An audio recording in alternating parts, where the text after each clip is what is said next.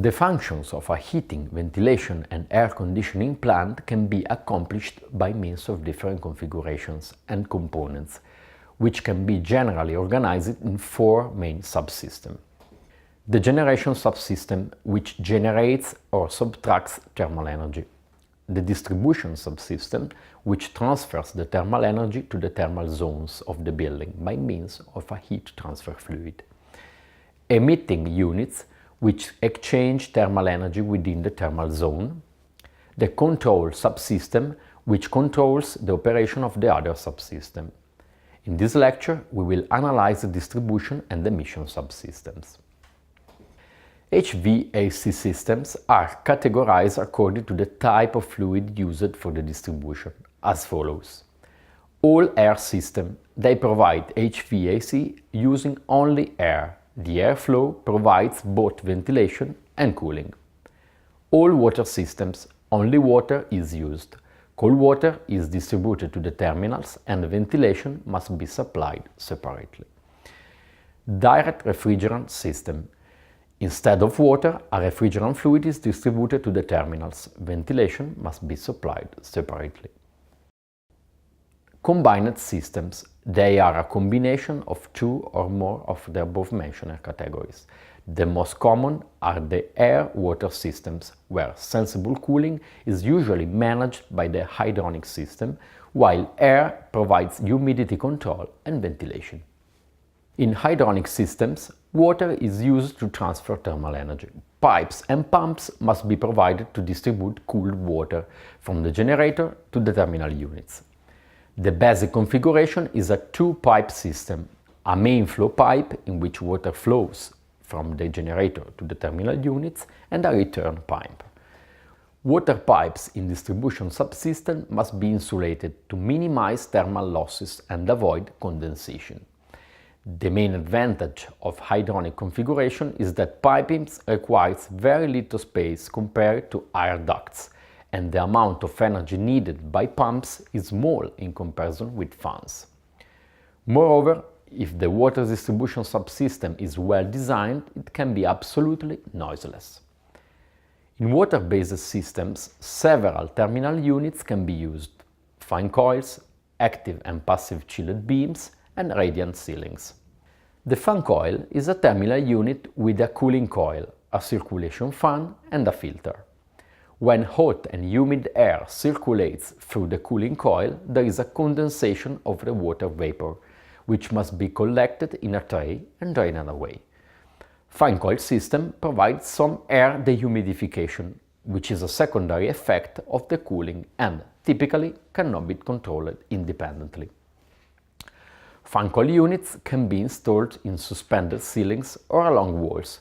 Individual fan coils are connected to the water distribution system, and the control of the unit is achieved either by changing the water flow and/or the fan speed.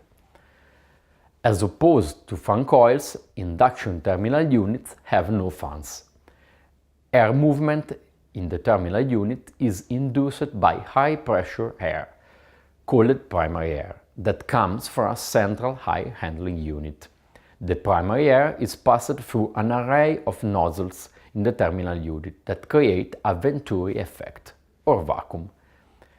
Similarly, chilled beams is a type of terminal unit where water pipes are passed through a beam, which is a heat exchanger, suspended close to the ceiling or integrated into a full ceiling of a room. As the beam chills the air around it, the air becomes denser and falls to the floor, causing a constant convection flow and cooling the room. In passive systems, cold beams can work simply by convection, or in active systems as the induction units, where they are coupled with ventilation system. Another kind of water-based terminal unit is represented by radiant ceilings. They consist of panels with embedded pipes. Pipes can be either embedded in customized construction elements or in precast construction components, such as false ceilings. This type of cooling system is virtually maintenance-free and allows energy saving because water temperature is higher than in fan coil systems, with reduced losses in the distribution subsystem and higher efficiency in generation.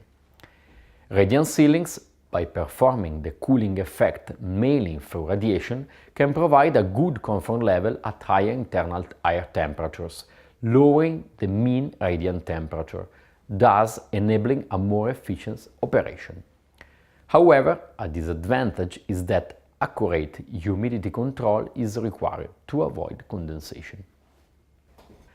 As mentioned before, in air systems, air is ducted into the different thermal zones of the building to transfer thermal energy and/or to provide ventilation. In general, different design schemes can be adopted for air distribution systems. The most common are single duct, multi-zone, dual duct and VAV, which is variable air volume. In single duct system, the humidified air at an appropriate temperature is circulated through the building in a single branching duct, but temperature and/or humidity cannot be independently controlled. For this reason, this system is appropriate for small buildings. Multi-zone air configurations are instead composed of an individual supply air duct for each thermal zone in the building. Cool and warm air are mixed to suit the needs of each zone. Once mixed, air is supplied through separate ducts to each zone.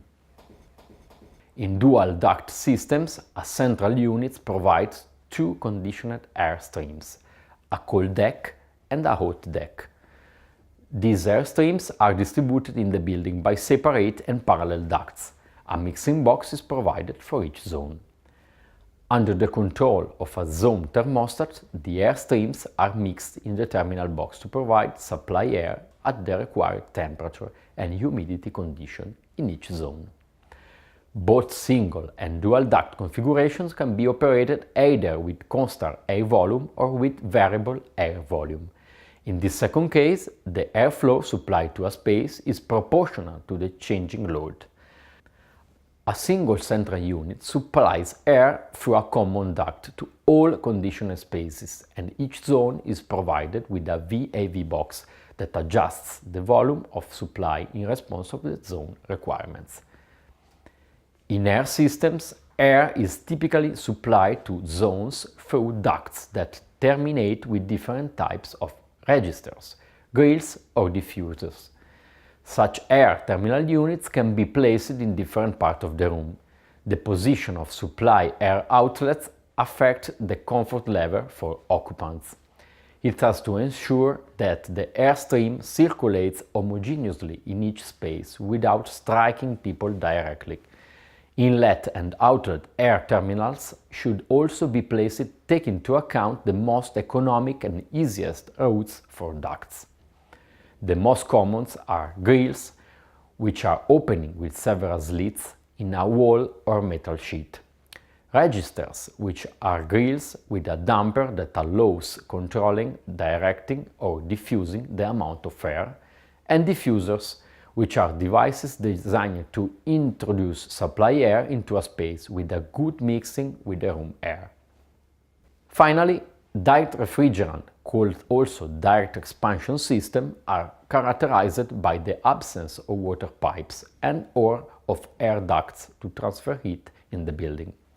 In such systems, a refrigerant gas is used as a heat transfer medium between the outdoor part of the system and the internal spaces.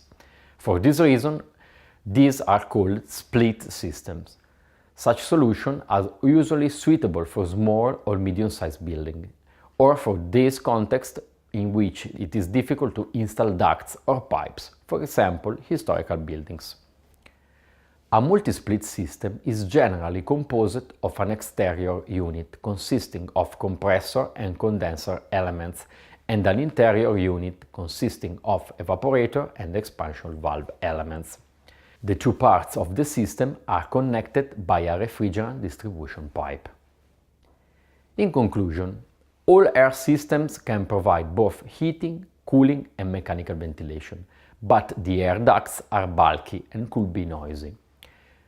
All water and direct refrigerant systems have compact distribution pipes, but can provide just heating and/or cooling. Combined systems, such as radiant sealing and primary air, typically ensures the best compromise in terms of energy performances and comfort levels.